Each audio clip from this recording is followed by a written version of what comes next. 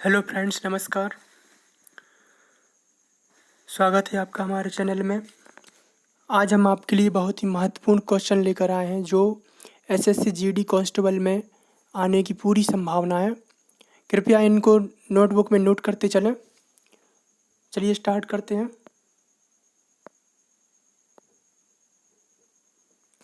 भारतीय संविधान का अनुच्छेद 164(3) जो हाल ही में खबरों में रहा है, निम्नलिखित में से किससे संबंधित है?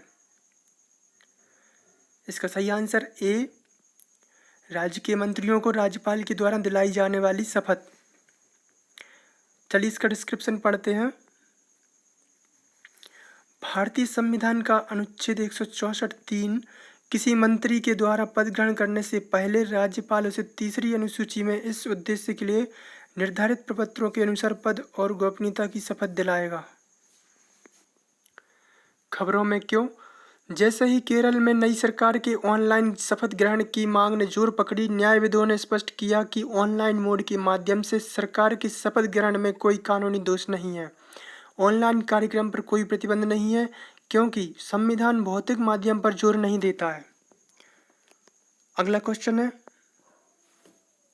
निम्नलिखित में से किस संगठन ने ओकिनोस एक्सप्लोरर विकसित किया है? इसका सही आंसर आप देख रहे हैं, सी है, राष्ट्रीय महासागरीय एवं वायुमंडलीय प्रशासन।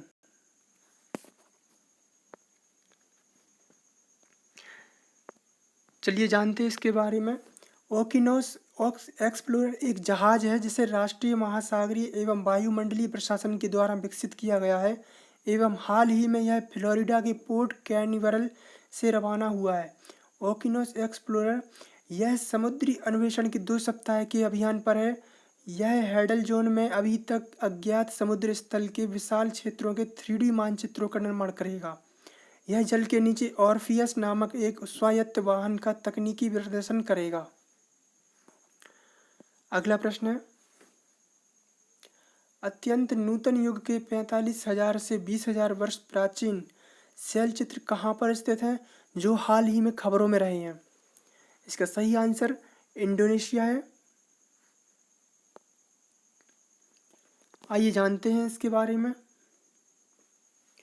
अत्यंत नूतन युग के 45,000 से 20,000 वर्ष प्राचीन शैल चित्र इंडोनेशियाई द्वीप सुलावेसी के दक्षिण सुलावेसी में स्थित गुफा स्थलों में मिले हैं। ये खबरों में क्यों है?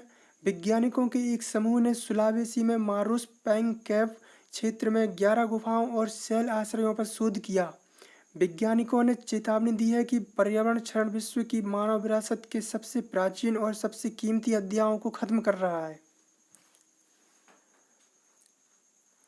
अगला क्वेश्चन है, किस संगठन ने चुंबकीय क्षेत्रों की विश्वसनीय वास्तविक समय तथा कम लागत वाली मापन के लिए एक मैग्नेटोमीटर विकसित किया है? इसका सही आंसर है रमन शोध संस्थान बेंगलुरु। इसके बारे में जानते हैं। भारत सरकार के विज्ञान और प्रौद्योगिकी विभाग के तत्वाधान में कार्यरत रमन शोध संस्थान बेंगलुरु के शोधकर्ताओं ने चुंबकीय क्षेत्रों के वास्तविक समय माप के लिए एक विश्वसनीय कम लागत वाला मैग्नेटोमीटर विकसित किया है। यह मैग्नेटोमीटर चुंबकीय क्षेत्र या चुंबकीय द्विध्रुव आघूर्ण को मापने में मदद करेगा। किसी दिए गए स्थान पर चुंबकीय क्षेत्र की प्रबलता, सापेक्ष परिवर्तन या दिशा को मापने के लिए विभिन्न प्रकार के मैग्नेटोमीटर कार्यरत हैं। अगला प्रश्न है, व्हाइट हाउस का वरिष्ठ सलाहकार किसे नियुक्त किया गया है? इसका सही आंसर डी है, नीरा टंडन। आइए जानते हैं इनके बारे में। भारतीय मूल की अमेरिकी नागरिक नीरा टंडन को संयुक्त राज्य अमेरिका के राष्ट्रपति जो बाइडेन के वरिष्ठ सलाहकार नियुक्त किया गया है। उन्हें अमेरिकी डिजिटल सेवा की समीक्षा शुरू करने और रिपब्लिकन मुकदमों के आधार पर किफ़ायती देखभाल अधिनियम को खत्म करने के सुप्रीम कोर्ट के विचार से उत्पन्न होने वाले मुद्दों को हल करने की योजना बनाने की जिम्मेदारी सौंपी गई है। नीरा टंडन ने अमेरिकी स्वास्थ्य और मानव सेवा विभाग में स्वच्छता सुधारों के लिए एक वरिष्ठ सलाहकार के रूप में भी कार्य किया है। नेक्स्ट क्वेश्चन, भारतीय भाषा सिखाने वाले एक ऐप के विकास के लिए किस संगठन ने एक नवाचार चैलेंजर की शुरुआत की है? इसका सही आंसर है सी, उच्च शिक्षा विभाग। आइए जानते हैं। शिक्षा मंत्रालय के तहत कार्यरत उच्च शिक्षा विभाग ने भारत सरकार की नागरिक जुड़ाव मंच माय गवर्नमेंट के सहयोग से भारतीय भाषा सिखाने वाले एक ऐप के विकास के लिए एक नवाचार चैलेंज की शुरुआत की है। इस पहल का उद्देश्य भारतीय भाषा साक्षरता को बढ़ावा देने के लिए एक ऐप बनाना है। यह ऐप सांस्कृतिक समझ को बढ़ावा देने में मदद करेगा और स्टार्टअप्स, भारतीय व्यक्ति और कंपनियां इस चैलेंज में भाग ले सकती हैं।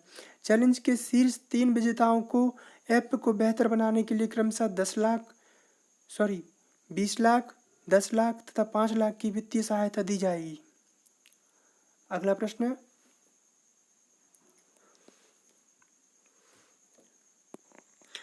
मिलते हैं अगली वीडियो में, तब तक के लिए नमस्कार।